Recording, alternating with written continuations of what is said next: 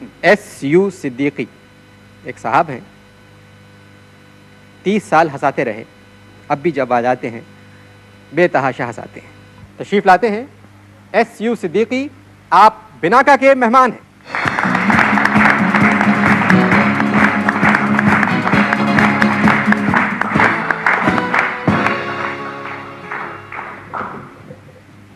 अब तो आप सब पहचान गए होंगे कि ये कौन है।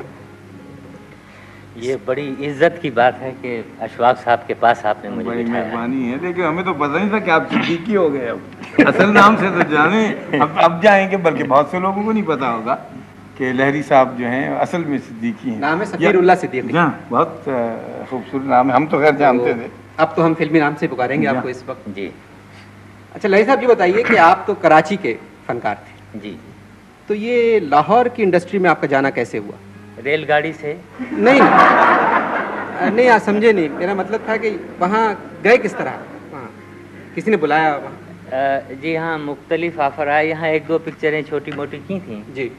उसके बाद मुख्तलिफ ऑफ़र आए। इलियास कश्मीरी साहब ने मुझे यहाँ कराची में ऑफ़र दिया, तो इश्क पर जोर नहीं एक पिक्चर थी वो बना रहे थे, तो ट्रेन सेकंड क्लास का किराया और वहाँ का होटल वगैरह ये सारा तय हो गया, और जो उन्होंने तय किया उस पर वो कायम रहे। उसके बाद ये मैंने पूछा कि वहाँ स्टेशन पे जब मैं आऊँगा तो मुझे लेने कौन आएगा? तो बोले कि हमारा आदमी लेने आएगा। तो मैंने कहा कि वो पहचानेगा कैसे? बोले कि अरे आपको कौन नहीं पहचान, हालांकि दो पिक्चरें हुई थी, बोले आपको कौन नहीं पहचानेगा? तो मैं भी चौड़ा हो गया, फिल्म स्टार लहरी, पहचान लेंगे। वहाँ साहब ट्रेन से उतरा मैं प्लेटफार्म पर, अब मैं देख रहा हूँ कुछ नहीं। मैंने ये देखना शुरू किया कि कोई आदमी किसी को तलाश कर रहा है, तो मैं देखता हुआ ऐसे ऐसे ऐसे, तो यहाँ नज़र रुकी मेरी, तो दो पुलिस वाले मुझे देख रहे थे। मैंने सामान उठाया और प्लेटफार्म से आगे वो मुसाफिर खाना समझ लें, तो वहाँ पर मैं, वो एक पिलर है उसके पास वो चिपटा हुआ है उससे गद्दे वद्दे, तो वहाँ पर मैं पहले खड़ा रहा, फिर बैठ गया मैं। पैसेंजर भी चले गए, कुली भी चले गए, सौदा बेचने वाले भी चले गए, वो एक साहब खड़े हुए थे, वो भी किसी का इंतज़ार कर रहे थे। मैं बैठा हुआ था, तो वो फिर मेरी तरफ मुड़े, बोले आप कहीं बाहर से आए हैं? मैंने कहा आप क्या समझ रहे हैं मैं इसी बेंच पे रहता हूँ? मैंने कहा इलियास कश्मीरी साहब ने आपको भेजा? बोले जी जी जी। कहा कि अब होटल चलें? बोले नहीं, पहले सिनेमा पे जाएंगे, इलियास कश्मीरी साहब से मिलना है और उनसे बातचीत कर लीजिए। वहाँ पहुँचे साहब, इलियास भाई बोले ठीक है, सब खैरियत, कोई तकलीफ़ तो नहीं हुई? मैंने कहा नहीं जी। मैं कहा कि मैं नहाना चाहता हूँ। बोले कि क्या बहुत जल्दी? मैंने कहा हाँ, उलझन हो रही है, इतना लंबा सफ़र किया, मैं नहाना चाहता हूँ। तो उन्होंने नौकर को बुलाया, नौकर को अठन्नी दी, बोले कि जा हमाम पे इन्हें नहला के लिया।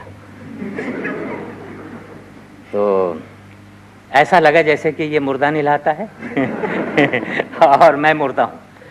तो 8 आने जब दिए तो उसने कहा कि जी अब तो रुपया लगता है, तो बोले कि साबुन अपना लेके जा।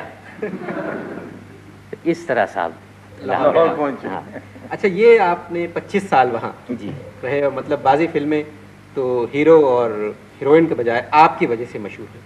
जैसे आपकी, बिल्कुल, हम तो अक्सर फिल्में में बहरी साहब को ऐसे देखने के लिए गया कि भाई कमाल अदाकारी, बल्कि आखिरी फिल्म जो है बीवी हो तो ऐसी, शायद वो भी कमाल की अदाकारी है। अच्छा, फिर ये बताइए, ये फिल्मों पे मुसीबत क्यों पड़ी? सेंसर क्यों सख्त हो गया इनके साथ? सेंसर को ख़ास सख्त नहीं था, मगर ये कि ये 7-8 साल पहले हम लोग फिल्म बनाते बनाते ज़रा ट्रैक से उतर गए थे जी। एक फिल्म हमने बनाई ख़तरनाक, जी हाँ, देखी थी। सेंसर की आंख खुली थोड़ी। उसके बाद फिर हमने बनाई खानज़ादा जी, सेंसर चौंका। उसके बाद शरीफज़ादा जी, उसके बाद एक और ज़्यादा है जो ज़रा ज़्यादा है।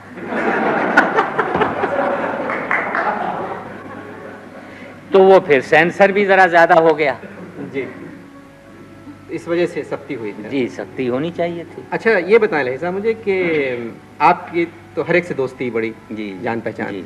मोहम्मद अली साहब के बारे में कुछ आपका ख्याल? साहब बड़े एहसानात हैं उनके मेरे ऊपर, बहुत जी। अच्छे आदमी हैं, बहुत पुरखुलूस आदमी हैं। नदीम? इज़्ज़त करते हैं वो, जी। इंसान की इज़्ज़त करवाते हैं और खामोश आदमी हैं, वहीद मुराद? टू द पॉइंट आदमी हैं जी। और पढ़े लिखे आदमी, शरीफ आदमी हैं। अच्छा, कुछ इंडस्ट्री के बारे में बताएं मुझे आप। मैं एक आध पिक्चर मैं साल में कर लेता हूँ, इंडस्ट्री तो तकरीबन छूट ही चुकी है। अच्छा, शाहिद? क्या छूट गए?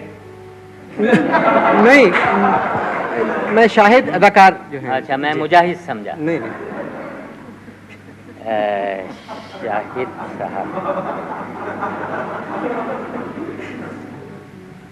बहुत ही जी। नेक बच्चा है और मेरी तो वो बड़ी इज्जत करते हैं। जब भी मैं सेट पे जाता था वो खड़े हो जाते थे और ये कि जब तक दूसरी कुर्सी ना आ जाए वो बैठते नहीं थे।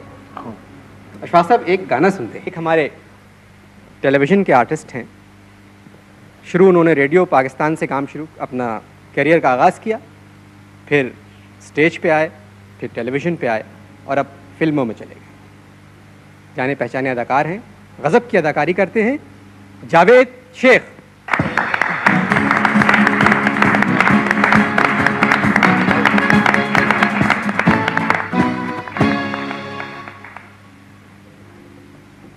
पच्चीस ड्रामों में काम कर चुके हैं, 6 सीरीज़ कर चुके हैं। जावेद, आप टेलीविज़न पे इतने पॉपुलर थे, तो ये एकदम फिल्म में जाने की क्या सूझी आपको? फिल्म में अनवर साहब, महंगाई बड़ी हो गई थी, प्रॉब्लम था ज़िंदगी गुजारने का, इस वजह से फिल्म में चला गया। फिल्म महंगाई का फिल्म से ताल्लुक क्या? नहीं, उसमें बड़ा ये गहरा ताल्लुक है। वो ये कि अनवर साहब, जो फिल्म से चेक मिलता है जी। वो जब मैं बैंक में जमा कराता हूँ तो उस पे ज़कात जो है वो कटती है। जी। टीवी से जो चेक मिलता है जब मैं उसको जमा कराता हूँ तो उस पे ज़कात मिलती है।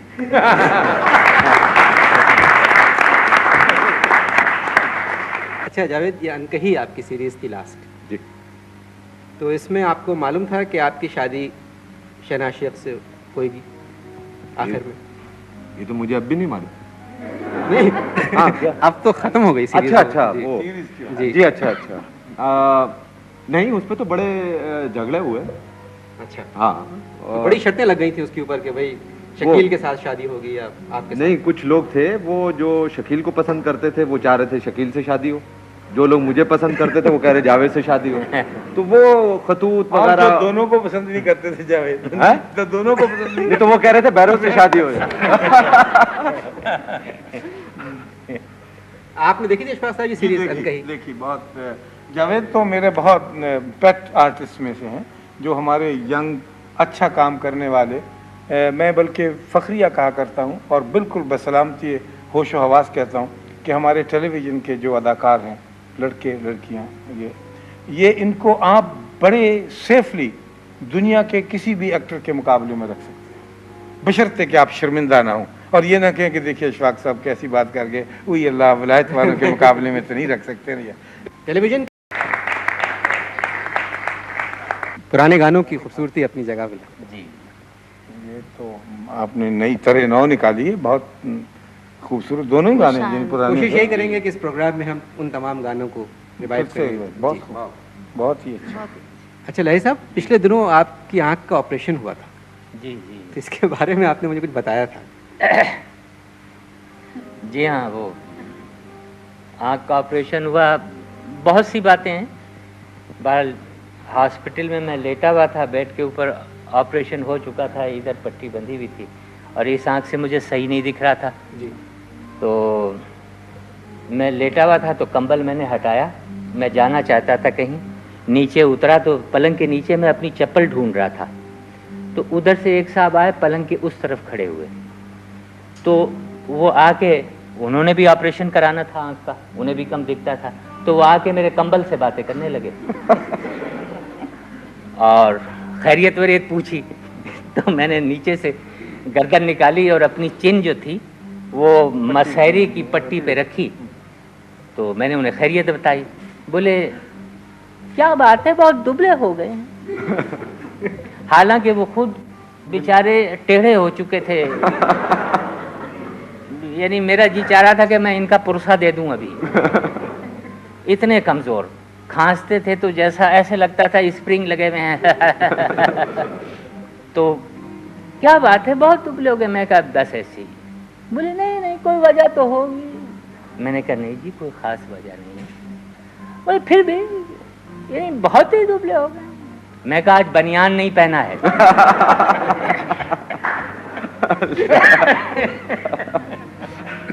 फिर आए एक दिन, बोले कि कल मेरा ऑपरेशन होने वाला है। मैंने कहा होशियार रहिएगा, बकरे की आंख लगा देते हैं। बोले बकरे की आंख लगा देते हैं? मैंने कहा आपने सुना नहीं? बोले हाँ उड़ती उड़ती सी कुछ सुनी। मैंने कहा बकरे की आंख लगा देते हैं, होशियार रहिएगा आप। बोले तो मेरी आंख का क्या करेंगे?